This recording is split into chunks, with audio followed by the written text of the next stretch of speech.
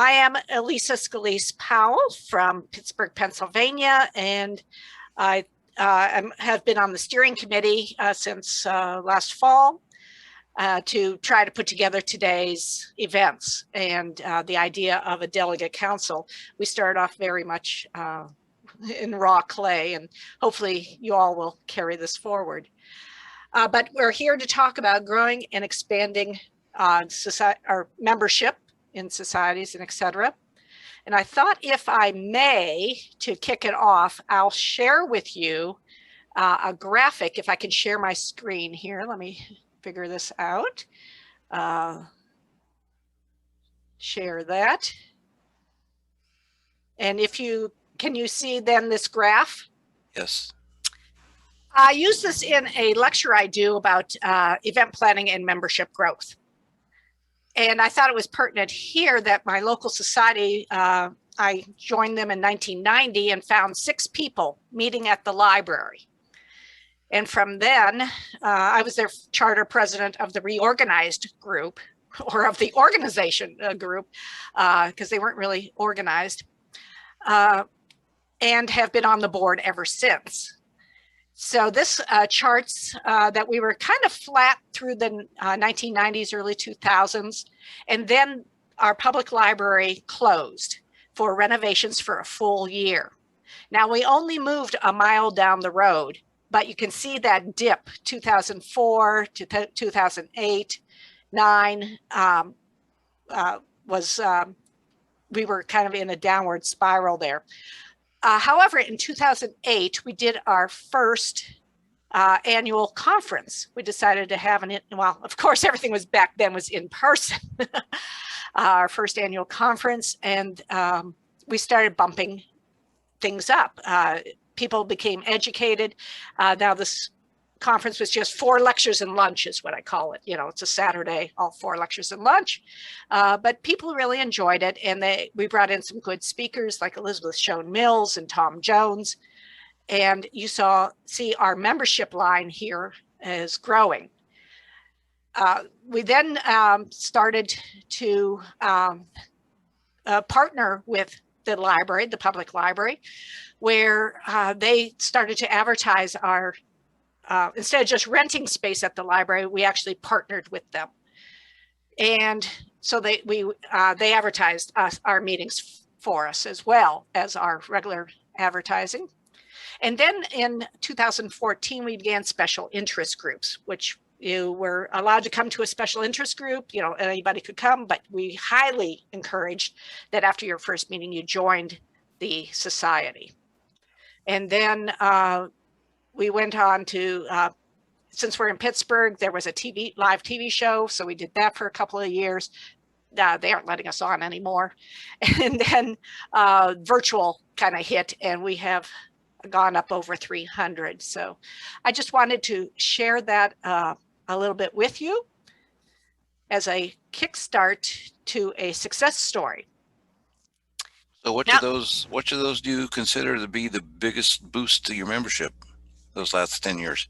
I would say they were all equally boostful in that when the membership started to level off, we would introduce a new program, and that seemed to revitalize, to be able to reach out to a different segment, to address different needs.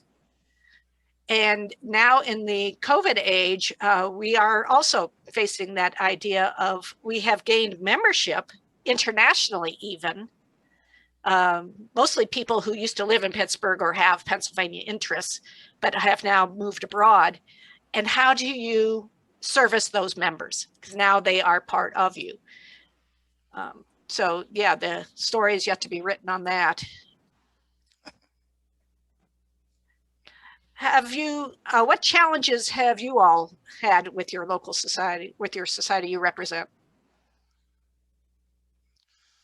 Sheila. Sheila's going. Go ahead. Let's see.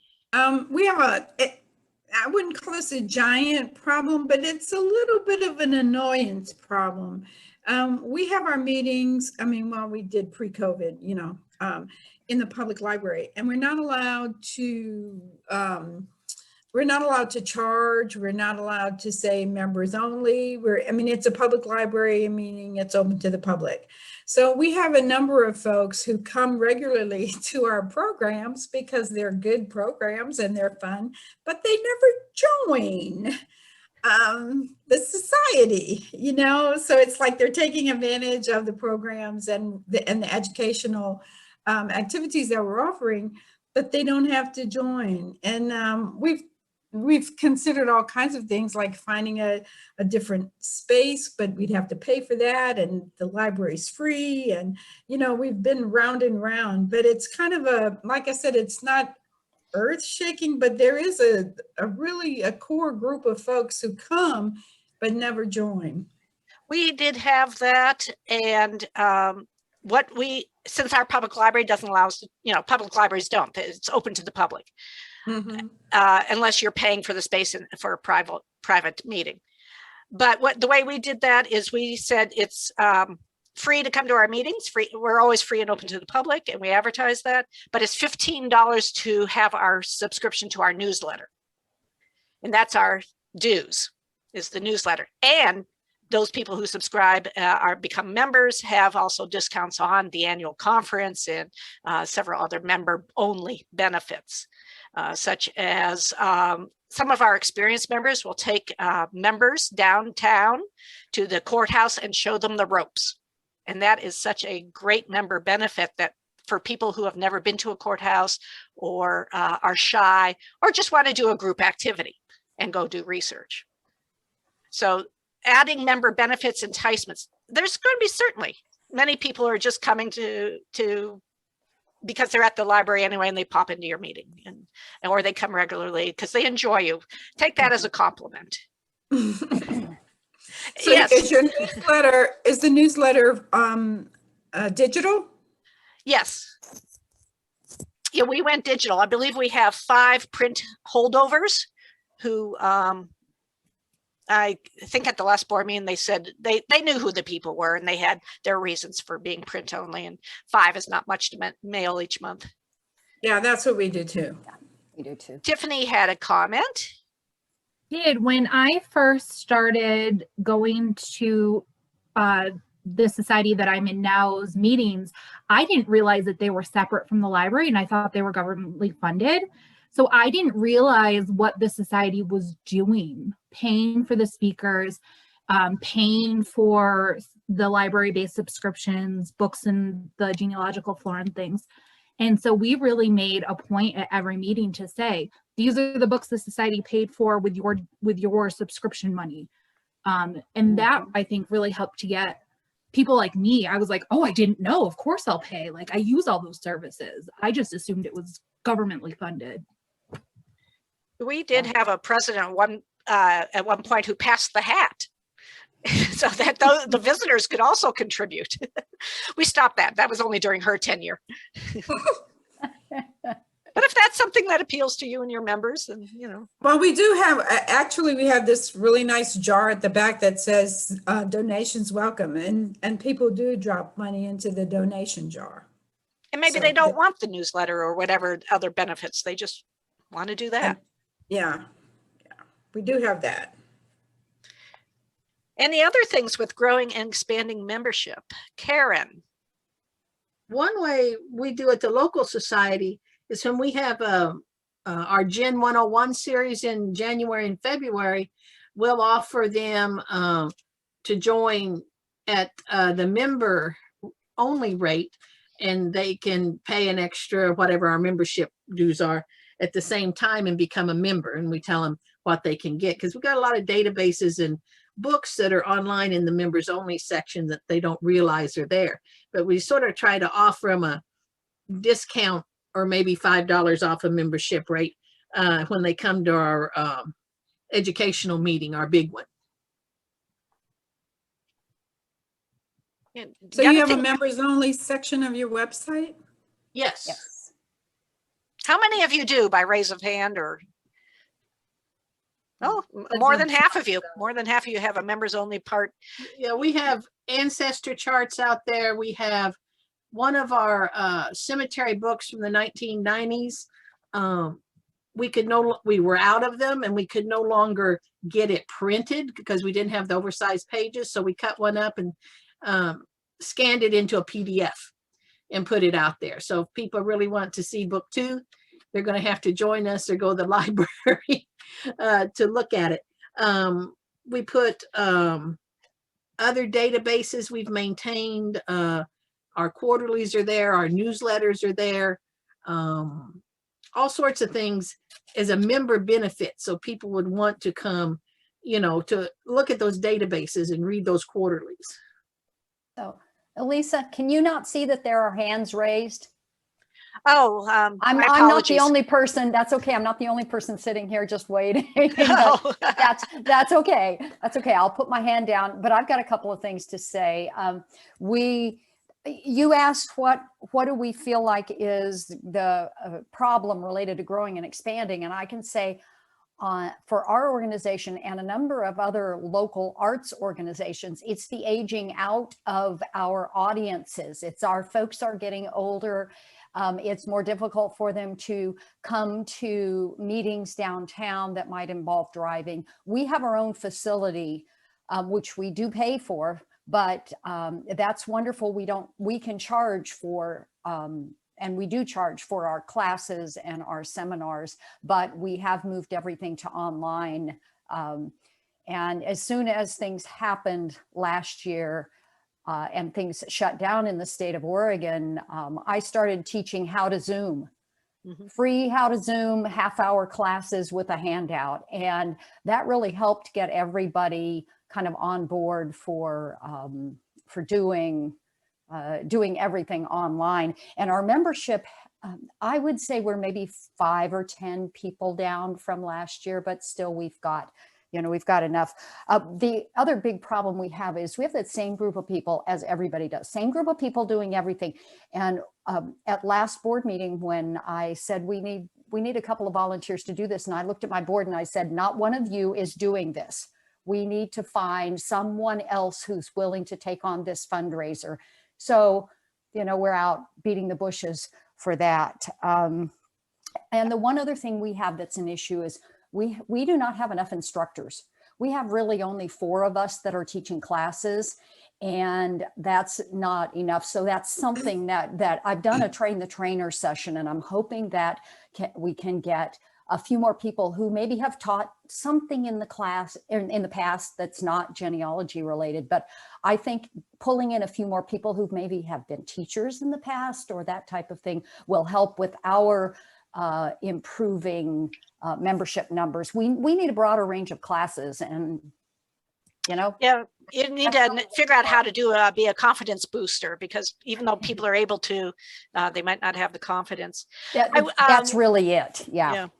One number I'd like to make a comment about that, because Arizona Genealogical Advisory Board, of which I was vice president, has a speaker's guide. It's for members only. However, there are so many, Conference Keeper, of course, but there are so many others. I would be, if you're doing your classes and you're teaching virtually, I'm a speaker. I mean, there are many of us all throughout the country, and I'd love to come in and talk to your guys. I misspoke.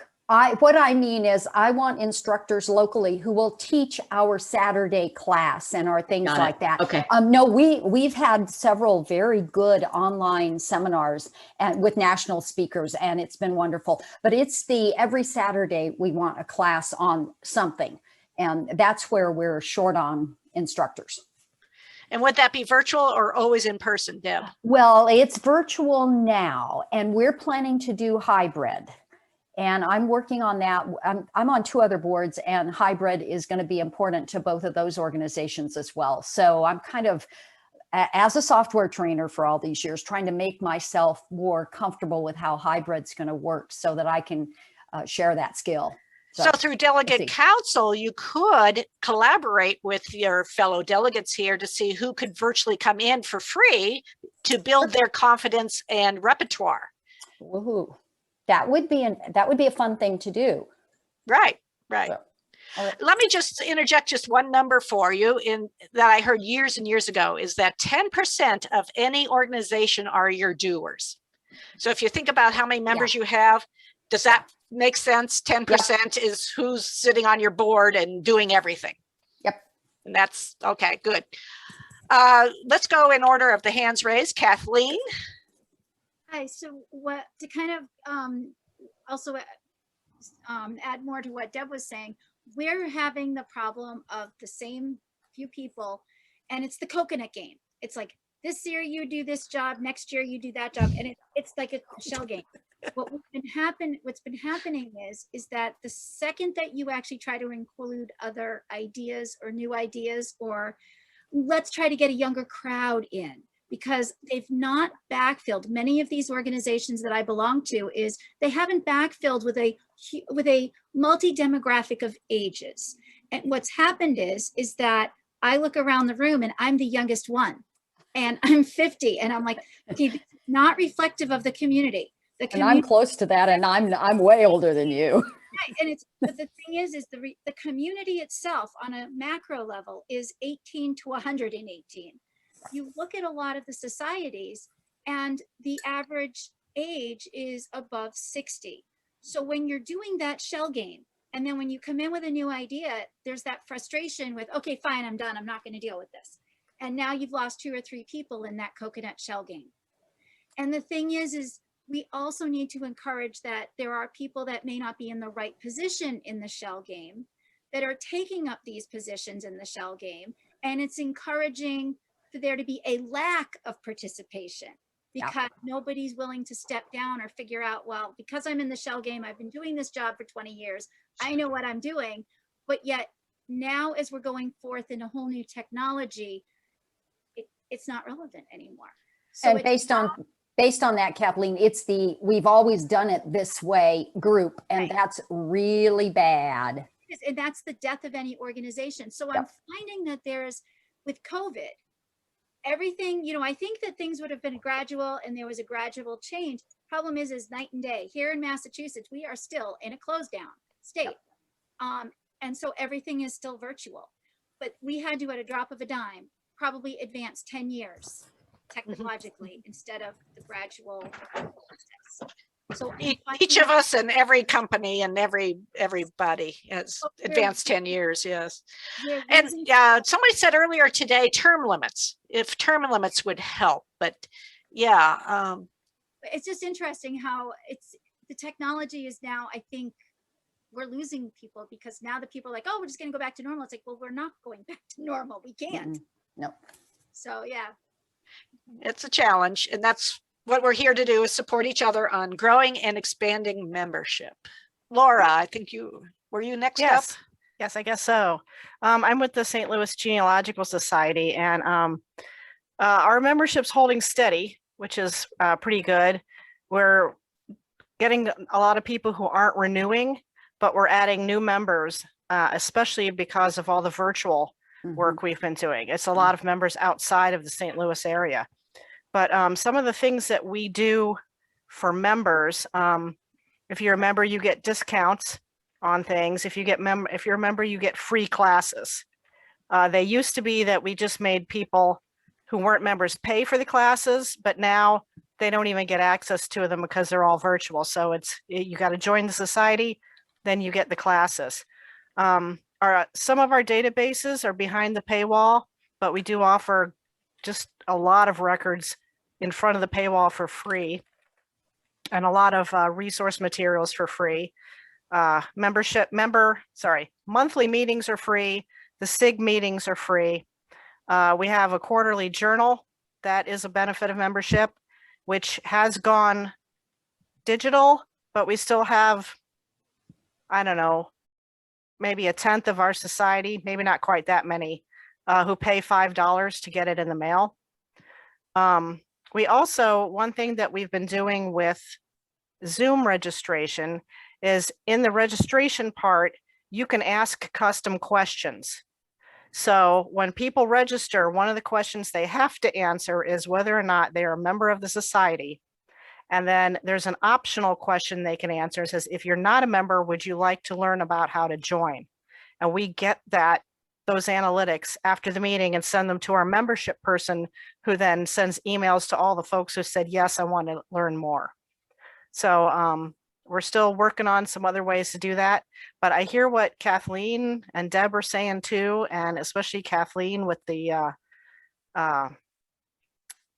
sort of the mindset of our main audience is mostly senior citizens and retired people. And I would agree that is the majority of folks who maybe have time since they're retired to work on genealogy full time. But there are a lot of younger people who are the future of our societies. And we've got to start reaching out to them. And I get a lot of pushback when I try to get some more things going to attract the younger members. It's a lot of, they're not going to join us anyway. I'm like, well, they're not, as long as we don't appeal to them. So it's a hard row to hoe, but we're working on it anyway. So I don't know if anybody's got ideas for bringing in younger members. I'd love to hear them. Get rid of the old mindset that Yeah. the genealogy is for old people. It's not. They're doing really genealogy on lunch. 30, 40-year-olds are doing genealogy on their lunch hour because they can. Well, and we've got a lot of social media going, and I think that's helping us. Mhm. We're on Twitter and Facebook. We're starting a YouTube channel, and I think as we get more video minded, that's going to have some appeal to a lot of people, because these kids are on YouTube 24/7, and we need to be there where they are. So Yeah, there was Cool. another Thanks. local society. They said, "Oh, we lost everything to the internet." And I said, "Well, then be on the internet." be on the internet. Dot Martin, you're coming up as my next hand raiser. Okay, thank you. I have to agree with what Deb said about the board can't do everything. I find this in all groups I belong to. The board sits down and says, I'll do this, I'll do that, I'll do the other thing. They need to go out to their community. And if you need a legal opinion, find an attorney that's in the group. The board can't do everything. On our members only page, we have, well, of course, we have two parts. The public side, which lists a lot of the records that we have, but you have to be a member to access them. So it teases them to join. We hired a digital librarian about a year and a half ago, and she's just done gangbusters with putting all our material behind the paywall. And if you join the society, you have a discount at the conference, which is comparable to the membership fee. So it's a win-win. I had a discussion with Matt Manassas a week or so ago, and we're in the process of restructuring our society. We've had a library director for 37 years. He's retiring, and we want to focus more on fundraising and public relations. And Matt said, we also need to focus on membership retention, membership growth, as well as the fundraising and the public relations. But our society, we're having a conflict because we've always thought of the director as a librarian. Well, we're not hiring a librarian. We've moved all those responsibilities over to the digital librarian. She's in charge of the library. Now we're going after somebody who does fundraising, membership growth, and public relations. I will put a time stamp on us. We got 5 minutes left in the Okay. group. Thank you. So if we can have some quick comments. Harry, you've been so very patient. Go ahead. Oh, you're on mute. Harry, try unmuting. Harry, unmute, please. You can't hear me when I say, yes, ma'am, I'll unmute. Okay, on the library thing, in Denver, we have conferences down in the conference center, which we can't charge admission for, but we can charge a $35, $40 materials fee. They'll let us get away with that. And if we get 200 people at $40 a piece, so we can pay for the speaker and so on. So that's something I wanted to pass on. That's good. Thank you. You bet. Dean, you were next.